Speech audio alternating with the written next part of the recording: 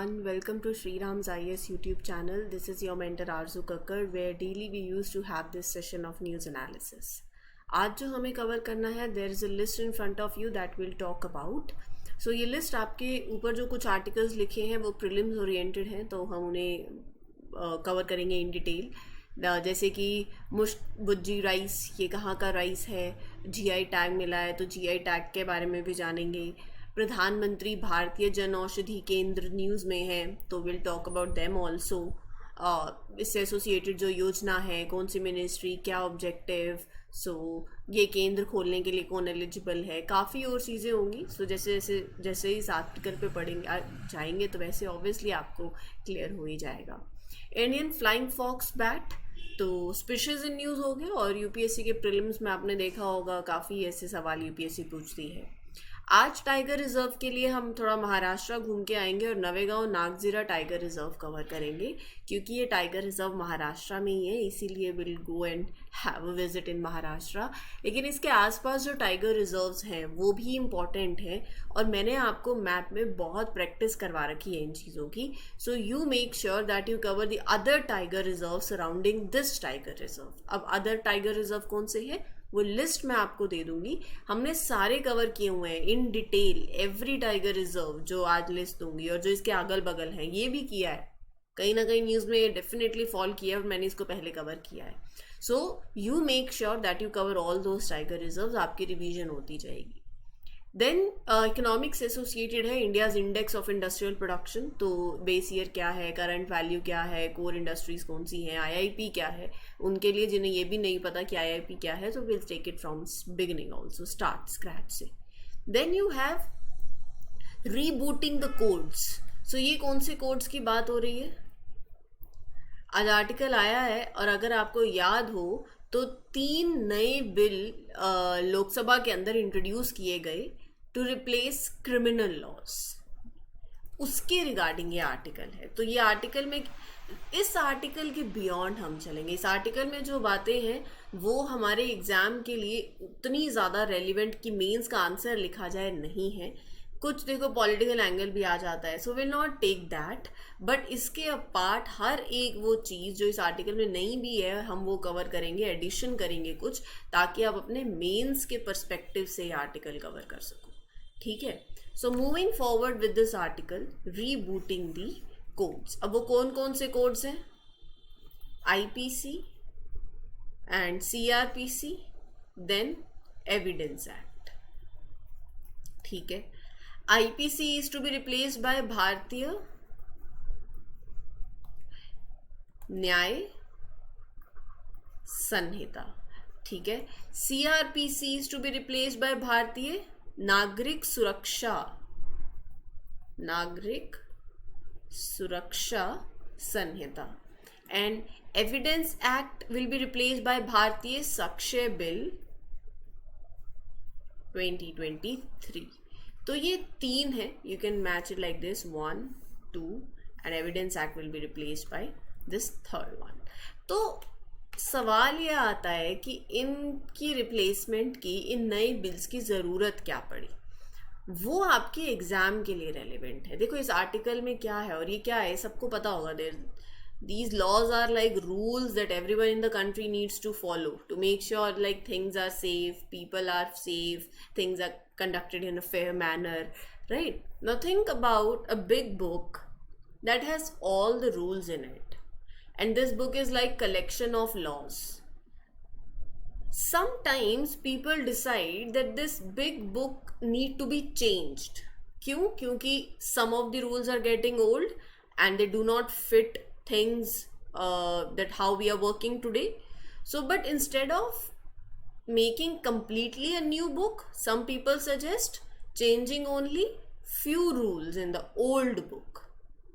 This would be like आप पहले old rules को आप रख रहे हो, but you are making just few adjustments, new changes, and they want to give these changes the names. भारतीय न्याय संहिता, भारतीय नागरिक सुरक्षा संहिता, भारतीय साक्ष्य बिल। लेकिन कुछ अभी आर्टिकल में मेंशन है that some people think that it's not really necessary to use these names in Hindi, They say that every rule in this book is already being translated into official languages of each state in India. तो ये बात आ जाती है यहाँ पे. अब हमारे exam के लिए तो देखो चीज़ें बीइंग अ सिविल सर्वेंट आपके लिए क्या रेलिवेंट है, आपके मन में तो यही आना चाहिए कि what is the need for this new bill, और इस नए बिल में क्या नए चेंजेस हैं जो आपके एग्जाम के लिए इम्पोर्टेंट है. पहला, कलोनियल लेगेसी, और इनका इम्पैक्ट क्या पड़ेगा.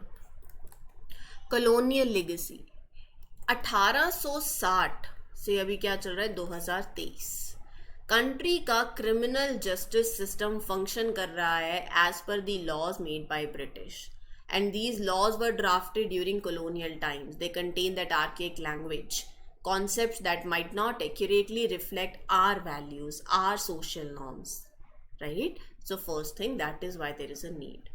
Second thing is advances in new technology. So there is rapid advancement of technology, and it has introduced this is introduced in new dimensions to crime, to investigation, to evidence. So that is why we need. Third, we need to make it things simplify, streamlined, right? The laws have become more complex over time. They are leading to confusion among the legal practitioners, law enforcement agencies, general public. तो चीज़ों को simplify करना, streamline करना legal framework को. It will enhance transparency. Then even if I talk further go ahead, ये जो भारतीय Sakshya bill है, where it is, this evidence act, इसके अंदर the bill permits the admissibility of electronic or digital record also. Now a digital record can be is permitted as an evidence, and it will have that legal validity as the documentary evidence. So these are the new changes that have been done, right? अब मैं जैसे यहाँ पर अगर आपको बताऊँ तो भारतीय न्याय संहिता बिल के अंदर it will have 356 sections now. पहले होते थे 511 IPC में. CRPC में 533 sections it will have now. पहले 478 होते थे, right? So these are the changes that have been done. IPC में, भारतीय साक्ष्य बिल में 170 sections it will have now. अब इसके अंदर और चीज़ें ऐड हुई हैं, जैसे आई वॉज मैंशनिंग CRPC के अंदर जो मेन चेंजेस प्रपोज हुए हैं, greater use of technology, right? तो अब क्या है, the statement of the accused can be recorded through video conferencing. The bill adds electronic communication including the communication devices. So these are the new things that have been added into it. ये चीज़ें थोड़ा सा आपको मालूम होनी चाहिए, ठीक है? इसके अंदर इवन द सेडिशन, उसको भी अगर आप देखोगे कि these terms are also now elaborated. Let me tell you. So यहाँ पर ना अब मैं अगर आपको ओवरऑल कंक्लूड करके पॉइंट्स दे दूँ, that will help you in your answer writing. क्या रिफॉर्म्स प्रपोज हुए हैं? पहला तो capital punishment for mob lynching. Bharatiya Nyaya Sanhita bill introduces capital punishment for mob lynching. Strict laws for sexual violence. Sedition और terrorism की definitions. So the bill redefines sedition, introduces a comprehensive definition of terrorism, separatism, armed rebellion, streamlining the legal treatment of these offences. Video recording of the survivor statements, as I mentioned, speedy justice, transparency, accountability, these things have been added, introduced. इससे impact क्या पड़ेगा on criminal justice? सवाल तो ये, अच्छा ठीक है, ये हो गया ना. इससे इम्पैक्ट क्या पड़ेगा? What impact it will have on criminal justice? Modernisation कर रहे हैं ना हम, एडवांस इन न्यू टेक्नोलॉजी. से क्या आएगा? मॉडर्नाइजेशन. ये transition from colonial era, from now these 1860 to 2023, अब जब आप ये ला रहे हो, यार it signifies a transition from colonial era laws to contemporary legal framework, modernization, that will address these evolving societal concerns. Faster trials, integrity of evidence, victim empowerment, accountability. So these are the things. Political impact भी होगा, political accountability, public safety, legal efficacy. So these all will be the social and political implications. देखो, ये चीज़ें आप अपने answer writing में लिख सकते हो.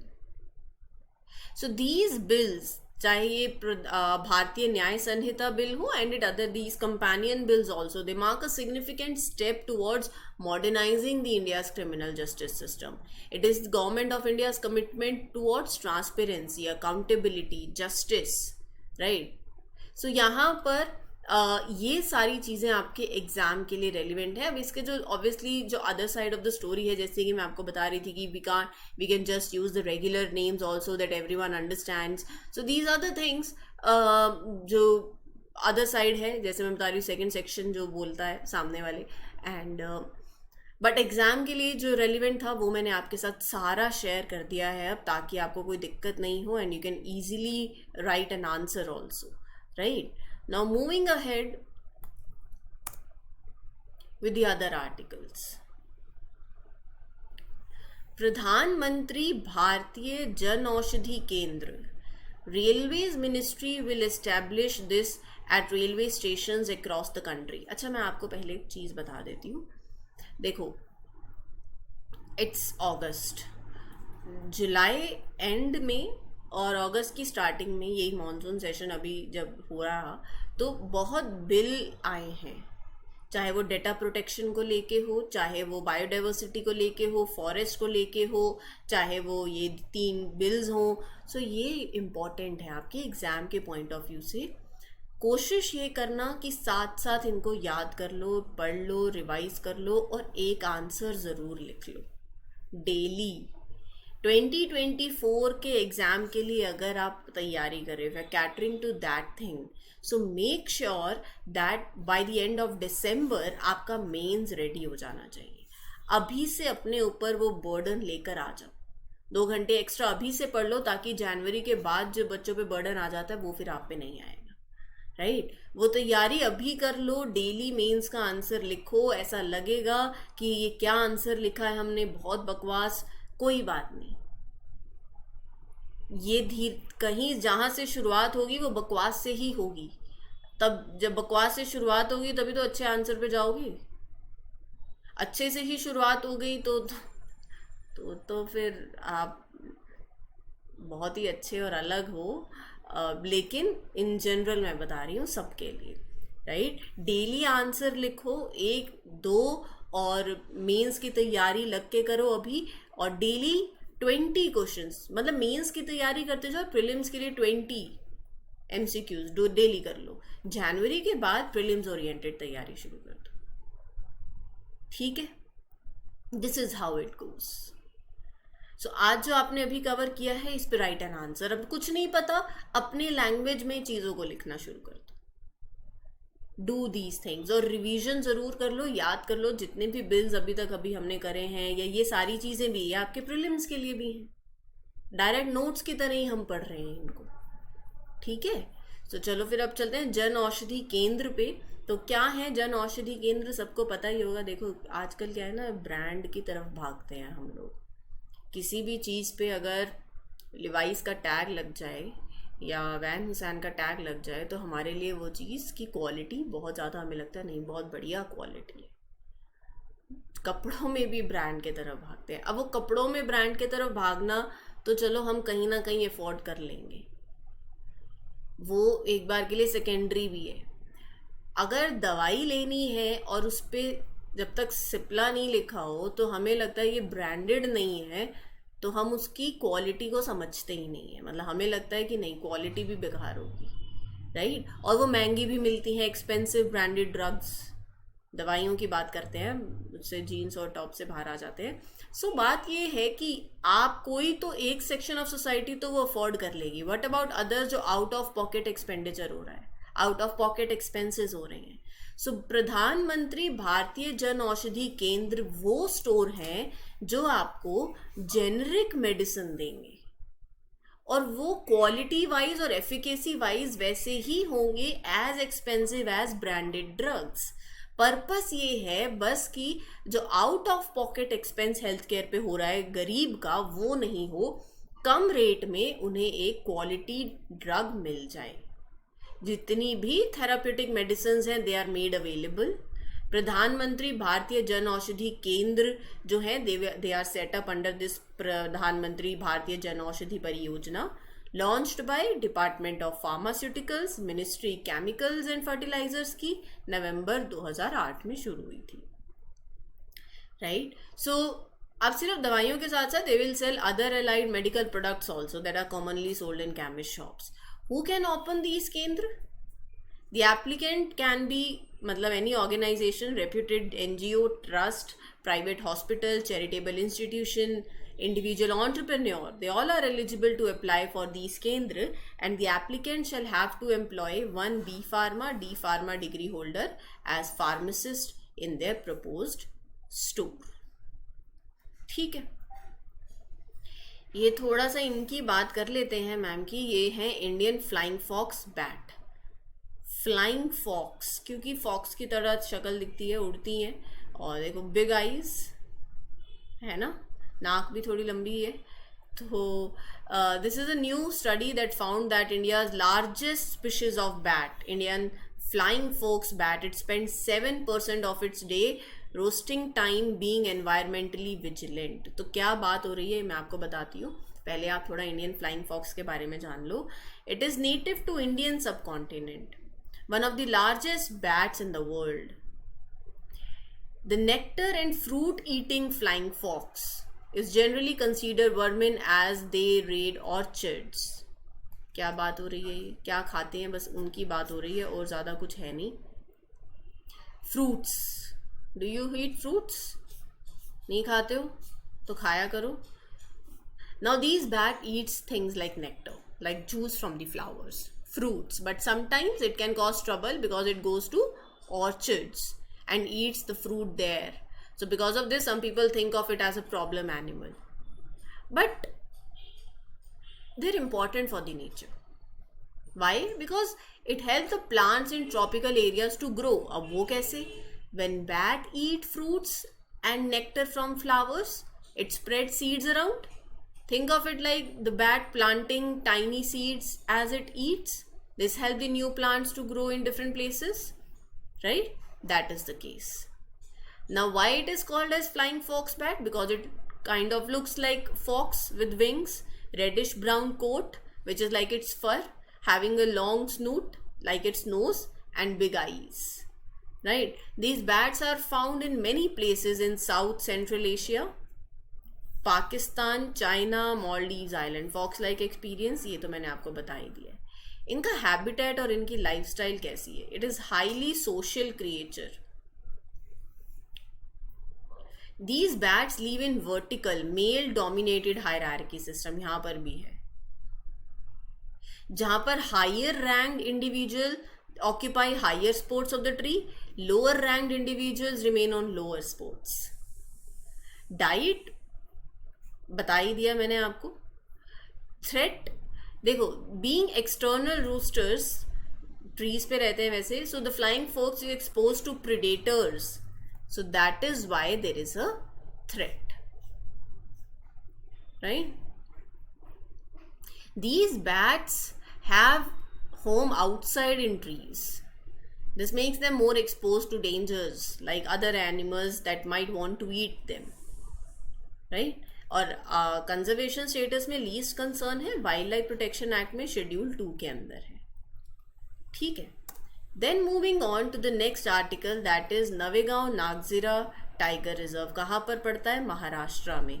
ये है आपका महाराष्ट्र, इधर इसके ऊपर अगर आप देखो तो पेंच, कान्हा एमपी में चले जाते हैं, बांधवगढ़, और इधर एमपी, इधर महाराष्ट्र में रहोगे तो तडोबा अंधेरी, नीचे कंवल तेलंगाना में, इधर उदांती सीता नदी, राइट, इंद्रावती, ये अगल बगल लग रहे हैं इसके सारे, and you have to cover them today.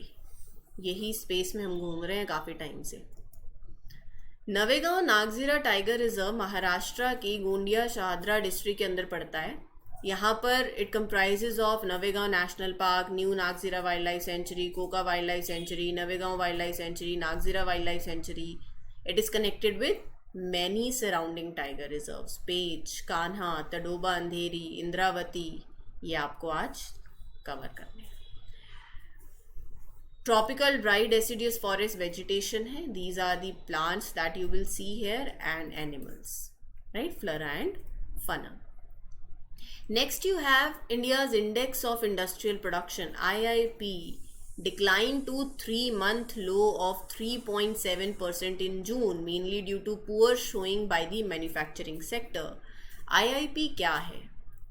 IIP एक टूल है जो मेजर करता है, मान लो कि इंडस्ट्रीज में कितनी प्रोडक्शन हो रही है, क्या चल रहा है, how much stuff factories are making, clothes, things people use, toys. So this tool is Index of Industrial Production, IIP. So it is economic development का इंडिकेटर जो मेजरमेंट करता है ट्रेंड की. पिछले साल कितना फैक्ट्री ने आउटपुट दिया, इस साल कितनी मैन्युफैक्चरिंग हुई. कोर इंडस्ट्रीज होती हैं कुछ, वो बताऊंगी, बट ये ऑब्वियसली कंपैरिजन होगा तो पता चलेगा प्रोडक्शन में in the field of industries क्या चेंज आया है as compare to previous year. So it is computed and publish by NSO on monthly basis. देखो बेस वैल्यू क्या है ना, base is always given a value 100. जैसे आप काउंटिंग कहीं से तो स्टार्ट करते हो ताकि रेस आगे शुरू हो, तो 100 है. अब current base year for the IIP series in India is 2011-12, ये आपका बेस ईयर है. इस बार करंट IIP रीड्स 116. इसका मतलब कि 116 का मतलब कि 16% ग्रोथ हुई है मैन्युफैक्चरिंग सेक्टर में as compare to 2011-12. That is your base year. Core industries कौन सी हैं, मतलब वो इंडस्ट्रीज हैं कि they impact other general activities also that are likely to impact the other industrial activities. तो ये कोर नेचर की है. Coal, crude oil, natural gas, petroleum refinery products, fertiliser, steel, cement, electricity. ठीक है. And this index is compiled and release by office of economic adviser, ministry of commerce and industry. तो ये ध्यान में रखना. Next is your Mushkbudji rice. GI tag मिला है. कहाँ का है? Kashmir. Short, bold, aromatic rice. Unique है, हारमोनियस ब्लेंड है, टेस्ट, एरोमा बहुत अच्छा है. अनंतनाग डिस्ट्रिक्ट में it is mainly seen there. In Beerwa belt of district बुडगम.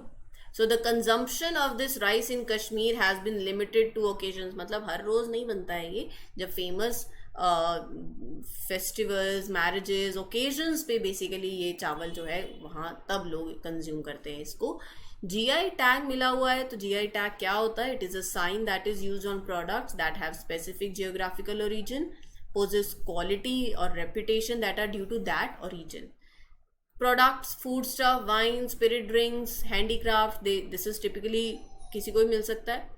GI Act है that seeks to provide for the registration and better protection of the goods in India, and this tag is valid for 10 years. तो ये भी ध्यान में रखना, after 10 years it can be renewed, right? So this was it for today's session. उम्मीद करती हूँ कि आपको ये सेशन अच्छा लगा हो, चीज़ें क्लियर हो गई हूँ.